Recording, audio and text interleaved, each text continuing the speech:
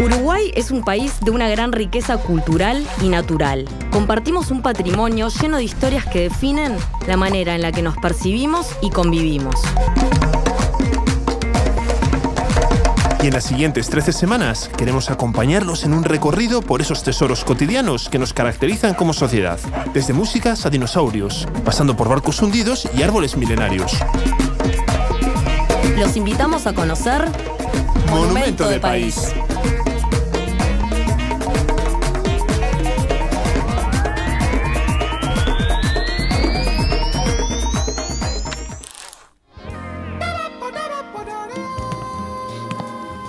¿Qué haces, Jorge? Joder, no sé cómo podéis con esto, de verdad.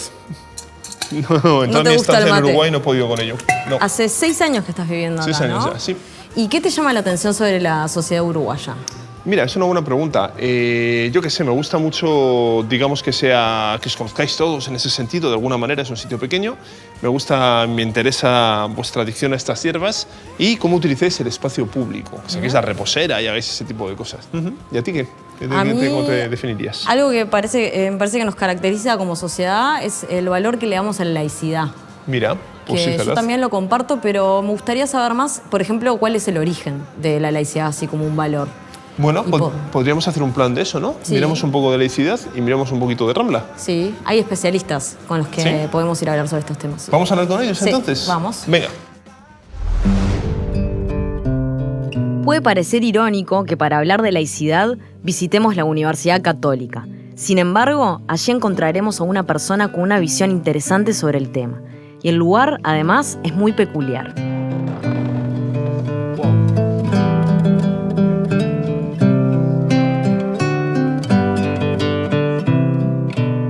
Hola, Carolina. ¿Qué tal, Carolina? ¿Ya Muchas estás? gracias por Mucho recibirnos. gusto. Bienvenidos a la Universidad Católica. Qué lindo lugar, ¿no? Sí, precioso. Sí, muy lindo nuestra Carolina, aula magna. ¿Y tú qué haces acá? Bueno, yo aquí en la universidad soy la directora de la Oficina Internacional de la universidad y además soy investigadora en el Instituto de Historia. Aparte vos investigás el tema de la laicidad. Claro, ¿no? yo tengo una línea de investigación que tiene que ver con laicidad y secularización en el Uruguay. Me encanta que además sea en la Católica y que lo vayamos a hacer porque esto es una capilla. Solía ser el templo de la universidad hasta hace un tiempo y bueno, y ahora ha sido remodelada con esta obra de arte de Musso y transformada en una sala de conferencias, que le llamamos el aula magna. Y a mí siempre me ha hecho muchísima ilusión hacer algo en una aula magna porque por motivos evidentes académicamente no di para mucho más. ¿Podemos quedarnos aquí, no? Sí, ¿No se molesta perfecto, nada? ningún problema.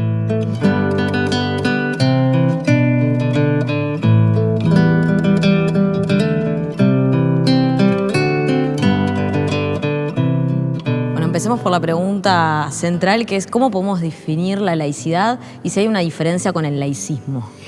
Mira, hay muchas definiciones sobre el concepto de laicidad. Hay autores que hablan de que es un término muy controversial. A mí siempre me resulta muy operativa una definición de un mexicano, Roberto Blancarte, que él dice que la laicidad es un régimen de convivencia social en donde las instituciones están garantizadas por la soberanía popular y ya no por elementos religiosos. Es decir, ¿qué quiere decir esto? Quiere decir que en una república laica debería estar asegurada el libre ejercicio de la ciudadanía sin presiones del lado de la religión, pero también debería estar asegurada la libertad religiosa sin presiones de políticas estatales.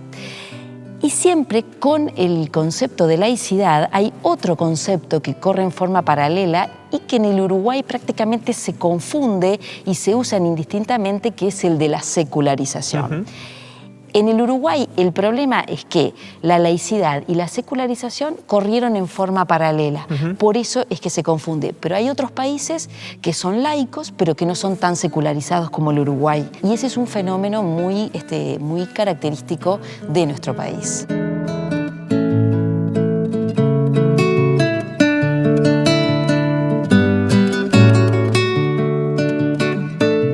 Es curioso porque mientras estabas hablando estaba pensando, claro, la cabra tira al monte, ¿no? Yo estoy pensando en España, que es un país bastante secular, pero no es un país enteramente laico, ni muchísimo menos, desde el momento en que la Iglesia Católica tiene una presencia muy importante. Me resulta bien curioso por eso que en una fecha tan temprana digamos, en Uruguay hubiera esta separación entre Iglesia y Estado, ¿no? Porque fue relativamente pronto. Sí, eso, la separación constitucional se da en el año en 1919, cuando entra a funcionar la nueva Constitución, la segunda Constitución que tiene el país, que separa separa la Iglesia y el Estado.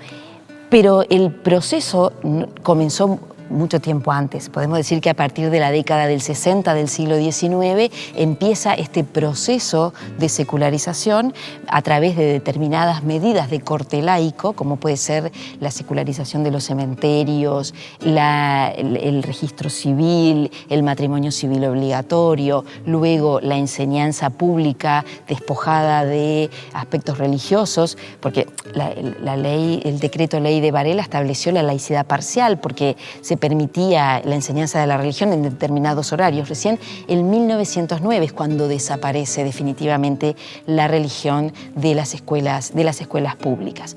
Pero bueno, lo que a mí me parece bien interesante es que esa laicidad que se consolida a principios del siglo XX. Muy francesa. Muy francesa, exactamente. Y eso era lo que yo te quería comentar. Y es que una de las explicaciones, al menos que yo he encontrado para poder entender esta laicidad a la uruguaya, esta laicidad rara, como lo ha dicho Pablo da Silveira, por ejemplo, es diferente al contexto de las repúblicas latinoamericanas. Buscando el origen de eso, claramente nos encontramos con la matriz francesa. Es decir, el Uruguay es hijo del laicismo francés, pero incluso sobrepasándolo en algunos aspectos. ¿Y qué cosas toma de ese laicismo francés? Toma, por ejemplo, el modelo, este modelo de la separación de esferas, de las iglesias y del Estado. Este es el modelo francés que se va a establecer en la Constitución del año 19, en donde, bueno, estos dos mundos se separan, la cuestión religiosa y de la iglesia debe ser relegada al ámbito de lo público, de lo privado, y el Estado que ocupa entonces ese lugar. Esa es una de las cuestiones. Otro de los temas que toma de esa laicidad francesa es también el hecho de considerar que en definitiva la religión no estructura ninguna sociedad. Por eso se puede prescindir de ella. Otro elemento, y esto también es muy significativo y muy característico del Uruguay, es el tema de la educación. Es decir, en Uruguay, como en Francia, se entendió que el mejor vehículo para consolidar ese Estado moderno y ese Estado laico y esa moral laica que viene a sustituir a la moral religiosa es la instrucción, es la enseñanza. Entonces, aquí se comienza a moldear un sistema de educación, y sobre todo de educación primaria, copiado del modelo francés. ¿Y por qué caló tan hondo todo esto que viene de Francia en Uruguay? Porque en otros países de la región no fue así. Lo que pasa es que la influencia francesa en las primeras décadas del siglo XX en el Uruguay fue muy fuerte en todos los sentidos, desde el punto de vista cultural, desde el punto de vista político, incluso desde el punto de vista religioso, porque la contraparte, el catolicismo uruguayo, también va a tomar como referencia al catolicismo francés. Es decir, Francia era un referente para los uruguayos muy claro en este periodo donde se tramitan todas estas cosas. Y otro tema y otro ingrediente también que jugó fue el tema del anticlericalismo. Eso también marca y caracteriza a estas posturas radicales, en donde también los defensores de la separación de la Iglesia y el Estado también sumaron esta propaganda anticlerical y anticatólica. Y creo que eso es algo que ha perdurado en el tiempo, y también es un rasgo muy, muy significativo. Lo cierto es que la laicidad en el Uruguay es un rasgo de identidad, es un motivo de orgullo y de valor a defender incluso por las personas que son religiosas, y eso creo que le hace muy bien al país.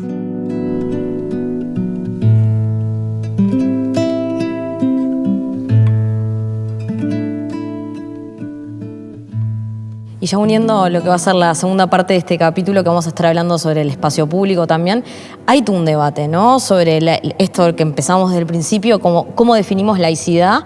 Hay gente que considera que en el espacio público no deberían haber signos religiosos, ¿no? Por ejemplo, estuvo todo el año pasado la polémica acerca de la Virgen. Ahí, ¿cómo explicamos el fenómeno de la Iglesia? Sí, el tema de la religión y el espacio público ha sido un tema de controversia de larga duración en el Uruguay. Es decir, el año pasado vivimos la polémica por la instalación de la estatua de la Virgen María, pero luego también estuvo la polémica por la cruz que conmemora la venida del Papa en el año 87. Es decir, siempre el espacio público ha generado conflicto, pero yo creo que ha generado más conflicto cuando se trata de cosas que vienen de la Iglesia Católica. De pronto no generó tanto problema instalar a Iemanjá en la Rambla, por ejemplo, como sí generó la instalación finalmente frustrada de la Virgen María en la Rambla. Yo creo que ahí la resistencia no es tanto porque sea algo religioso, sino porque es algo que viene del catolicismo. También es mi opinión personal, creo que viene más la resistencia por ese lado. Como algo anticlerical más que laico. Ahí lo que prima es ese rasgo que todavía perdura en muchos uruguayos de esa cuestión anticlerical y anticatólica, que genera más rechazo que otras religiones de repente. O sea que sí, me ha quedado claro, vamos, ¿no? Que parte, digamos, de los ingredientes que hacen ese acrisolamiento de lo que podría llamarse como un patrimonio cívico uruguayo reside prácticamente en el laicismo. Eso de alguna forma parece que también ha configurado la forma en que se vive, la manera en la que se vive el espacio público. ¿Tú crees que el modelo de laicismo que viene de 1919, que lleva tanto tiempo, que se ha asentado tanto, sigue para el futuro o está en cambio, está en evolución, está en cuestionamiento? Hay gente que tiene miedo de eso, de que hay un retroceso, gente que pide un cambio. ¿Cómo lo ves desde la academia? Yo creo que el modelo de la laicidad radical, ese modelo está superado. Yo creo que no va a haber un regreso a ese modelo, porque las sociedades plurales y democráticas indican otra cosa. Yo creo que el advenimiento de estas nuevas religiones interpelan a esa laicidad cerrada. Yo creo que no, que a futuro la laicidad va justamente a garantizar aquello que decíamos al principio, es decir, una convivencia social que garantice el respeto a la soberanía, a los derechos. Es decir, yo no creo que haya un regreso a una concepción radical. Y ahora lo que hay es el respeto a la diversidad, es el respeto a todas las creencias, es el respeto a todo. Entonces yo por eso creo que hay laicidad para rato. Charlar con Carolina nos permite comprender mejor un tema complejo. Se trata de un rasgo de identidad nacional que nos enorgullece y que siempre abre nuevos debates. Y para continuar reflexionando sobre los patrimonios que nos caracterizan, me encuentro con Jorge en la Rambla, el lugar ideal para conversar con nuestro siguiente invitado, otro profesor universitario que ha investigado sobre cómo usamos el espacio público. Eduardo, vos sos antropólogo y filósofo y trabajás en temas relacionados a la comunicación y la ciudad. Sí. Y dentro de ese marco también creaste un laboratorio de etnografía de la Facultad de Información y Comunicación. ¿Cómo es eso? Tal cual. ¿Qué hace un laboratorio de etnografía para hacernos una idea? Y bueno, las tres funciones universitarias, es decir, investigamos, formamos, aprendemos y estudiamos y hacemos extensión en el sentido de trabajar lo más que podemos con diferentes sectores de la sociedad por fuera del ámbito académico, ¿no? Hablamos de la integralidad cuando queremos articular las tres funciones universitarias. Y desde la etnografía, que comenzó siendo ese método de campo de aquellos primeros antropólogos que se iban lejos del mundo occidental a conocer a los otros, al hoy en día, ¿no? Instalándose, okay, conviviendo, tratando de conocer desde dentro y estando ahí las cosas. Hoy en día, bueno, practicamos esa etnografía en nuestra propia sociedad y también en otros ámbitos como el ciberespacio y demás.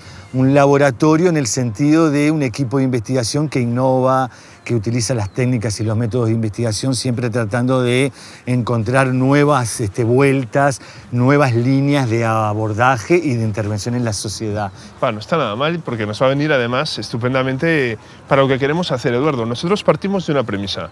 Es que hay un patrimonio uruguayo, digamos, que a lo mejor no es muy evidente, que tiene mucho que ver en cómo vivís el espacio público. Total. Y te pongo un ejemplo, ¿no? Yo la primera vez que bajé la Rambla me quedé muy sorprendido al ver que no había millones de terrazas y centenares de bares, sino que la gente se sienta, consume su mate, os tomáis vuestra cervecita, sin ningún tipo de problema. O sea, tenéis como un uso comunitario del espacio público muy fuerte. ¿Esto es tan así o es una cosa que me impresiona a mí por venir de fuera y no es tan...? Te diría que sí, si lo comparamos, digamos, con lo que pasa en otras partes del mundo, comparativamente, porque esto siempre es comparativo, obvio, ¿no? Y también pensándolo retrospectivamente en los procesos históricos, cómo esto se fue constituyendo, sí, es un gran patrimonio que tenemos, ¿no? Hay que entender que, digamos, podemos hablar de espacio público, ¿no? Pero cuando lo estamos investigando, queremos pensarlo, yo planteo la necesidad de descomponerlo en términos de espacios y públicos, porque hay una heterogeneidad de posibilidades que van desde espacios que parecen, digamos, otro, ¿no? Diría, son privados, pero para algunos que lo viven son públicos, y al mismo tiempo, bueno, hay otras esferas, por ejemplo, en el ciberespacio, que también hay situaciones de esferas públicas, de entornos públicos, pero son espacios virtuales. Entonces, ahí lo que hacemos es una naturalización al hablar de espacio público, donde nos olvidamos de la conjunción es ahí, y parece que el espacio público fuera una entidad en sí misma. Y es muy complicado estudiar el espacio público porque se asocia tanto a la sociedad en general que cuando hablamos de espacio público parece que hablamos de la sociedad toda. Es como cuando queremos pensar si está bien el espacio público, si es así o si es asá, hablamos de toda la sociedad. Y es una parte de los fenómenos sociales. Ahora, yo creo que sí, que puede ser de las más significativas para comprender cómo es una sociedad. El uso intensivo de espacios públicos no es algo que solo se dé en Montevideo. Prácticamente cada localidad uruguaya tiene su lugar de reunión y disfrute común. Desde el origen de la ciudad de Montevideo, la cuestión urbana fue problemática, porque tiene que ver con la conformación del propio territorio de la vieja banda oriental, ¿no? Disputa, choque entre los imperios, ¿no? Español y portugués. Esto fue una ciudad fuerte, ¿no? Amurallada en torno a la bahía, y siempre ese choque entre el campo y la ciudad estuvo ahí. Cuando se va expandiendo la ciudad, bueno, viene la oportunidad para desarrollar proyectos urbanos interesantes contemporáneos con los paradigmas de la época. La Rambla Sur es el ejemplo por antonomasia de esto. Ya estamos en el siglo XX, en los años 30, porque ahí, bueno, dentro de una mirada bastante higienista también, donde es importante la salubridad pública, claro, todos esos aspectos, cierto positivismo, ¿no?, en el ordenamiento de cómo tiene que ser el ciudadano, habilitó de cualquier manera esto que hasta hoy en día es un gran patrimonio nuestro, ¿no? Y si pensáramos en Montevideo, por ejemplo, otro espacio público paradigmático que nos puede definir las plazas, los parques, las ferias, sí, no sé, el medio tanque en la calle, todas no como espacio cosas público, sino la calle siendo ocupada para hacer una comida entre los vecinos. Exactamente. ¿Cómo lo ves ese fenómeno? Y va por ahí, a lo que vos apuntás es muy interesante verlo, por lo que planteaba, ¿no? Entender que el espacio público entonces tiene una heterogeneidad de espacios posibles, no solo son plazas, es decir, el espacio público no es el vacío entre las edificaciones, sino que es aquel ámbito en el cual una sociedad genera sus prácticas, sus acciones, que están orientadas al encuentro de la diferencia, de la heterogeneidad, de producir en ese sentido subjetividad, de crear nuevas formas de ser a partir de cómo se habita. Y ahí la arquitectura es más que un telón de fondo, es realmente la materia prima para eso. Y ahí salir entonces de espacios convencionales nos lleva directamente a lo más difícil de decir, que es esa trama urbana, esa vida de calle, ¿no?, de esquina. Eduardo, y yo tengo la impresión también, o sea, no solamente es Montevideo. Quiero decir, yo cuando he estado de repente en el interior, también, cuando vas a las ciudades en la ribera del río Uruguay, como Paysandú, incluso en sitios a lo mejor como Durazno, Mercedes, te encuentras con lugares que parece que cumplen con una misma característica que también podría unir a lo mejor, y si me equivoco me lo dices, sitios tan dispares como la Rambla, el Parque Rodó o la calle Durando cuando la gente saca el asadito. Es que hay una apropiación fuerte del espacio público. O sea, un ejemplo, a mí me alucinó mucho ver a la gente que se bajaba con la reposera, que es una cosa que en Europa tal, y ya lo de encender un fuego en mitad de la calle, pues terminaría con detenidos y tumultos, ¿no? Sí, está y aquí en prohibido, cambio hay claro. como una especie de pacto tácito en el que dice que prácticamente todo el mundo puede hacer lo que quiera, y sin una presencia policial fuerte, además, no hay como una presencia coercitiva. Esto, digamos, surge a raíz de que, por ejemplo, se hace la Rambla o se hace la Plaza Libre Sereñi o en Paysandú se articula toda la Ribera del Río, o es una cosa que viene dada anteriormente, una especie de pacto tácito de un país de migrantes que venía gente muy distinta y dijeron, bueno, vamos a llevarnos bien. Una combinación de ambos factores, ¿no? Ahí están estos actores que están siempre jugando, es decir, lo que podemos llamar la población en general, la sociedad civil, etcétera, que nos incluye a todos en realidad, el Estado en sus diferentes escalas, ¿no? Municipales del departamento, de las distintas esferas del gobierno nacional, y otro actor que es fundamental, que es el mercado inmobiliario, el manejo de la tierra y de la propiedad privada, en lo que siempre se dice, ¿no? En los ladrillos, es donde está la mayor seguridad. Entonces, claro, están todos esos jugando. Y sí, como plantean muchos colegas, es cierto, hay una normalización ahí, hay un efecto, ¿no?, de disciplinar. Efectivamente, no se puede hacer cualquier cosa. Andar desnudo, por ejemplo, no lo podés hacer. Tener sexo tampoco lo podés hacer. Tenemos ciudades como en Barcelona donde hay playas nudistas en la propia ciudad. En Montevideo no hay. Entonces siempre existe alguna manera de darle forma, de limitarlas. Dentro del pacto tácito hay códigos. Siempre los hay, porque si no, no hay forma, ¿no? Es una manera de darle forma, a hacer inteligible este espacio, de darle consistencia. A diferencia de lo que ocurre en otras ciudades, el espacio público en Uruguay es un igualador social. Gente de diferentes estratos socioeconómicos comparte sin problema la Rambla y las playas. Nosotros en la otra parte del capítulo estuvimos con Carolina Greising, que ella es de la Facultad Católica. Estuvimos hablando sobre el tema de la laicidad y cómo esto converge con los espacios públicos, ¿no? Así como podemos hablar de que ahora se está hablando del dique Mauá, el año pasado se habló mucho del tema de la Virgen María. Y cómo en contraste hay gente que dice, bueno, pero con la Virgen María se arma tremendo quilombo, pero no así con, por ejemplo, Yemanjá. ¿Cómo se vive desde la etnografía esto que tiene que ver con estas figuras? Súper interesante desde el punto de vista de la investigación por estas características que tiene la sociedad uruguaya, esa laicidad, ¿no?, que se ha constituido. Pero yo creo que al mismo tiempo también hay un disfrute por la heterogeneidad, por la diversidad grande que te lo representa lo que hablábamos recién de las esculturas acá en el Parque Rodó, con Yemanjá principalmente. Pero sí, hay reacciones que a veces se van un poco en esa radicalidad porque hay miedos también, ¿no? Miedos a perder ese valor de la laicidad. A mí en particular me parece interesante el planteo que se hizo con la Virgen, me parece interesante esa reacción que nos habla tanto de lo que somos y me parece interesante la resolución final, ¿no? ¿Qué pasó al final? Que al final, bueno, un privado vinculado a los movimientos religiosos donó, digamos, parte de su jardín para colocar a la Virgen frente a la Rambla. Y habla de esto también, de esa relativización del espacio público, ¿no? Es un entorno privado porque es parte de una vivienda, pero al mismo tiempo se hace público porque es visible, ¿no?, desde la calle, desde la Rambla. Y bueno, y esos propietarios toman la iniciativa de ofrecer públicamente eso para los demás. Eso también es positivo, ¿no? Hay posiciones, digamos, que tratan de ponerse en polos opuestos o se radicalizan en ese sentido. Pero es interesante todo lo que pasa en el medio de los propios habitantes para encontrar las resoluciones, ¿no? Y entre todos vamos generando esta convivencia que nunca es pacífica y color de rosas, ¿no? Siempre vamos a encontrar cosas que puede ser que nos choquen. Lo interesante es esa interpelación y responder a esa interpelación. Y las discusiones públicas que giran en torno a estos temas. Bueno, Eduardo, muchísimas gracias por acompañarnos. Gustazo la Y te invitación. invitamos a... ¿Por qué no vamos a pasear un poco por la Rambla? Capaz que vamos hasta el Parque Rodó, nos comemos unos churros. Ah, si sí, está abierto. churros. ¿Sí? ¿Les parece? Me Me parece encantó genial. mirando todo este paisaje fantástico.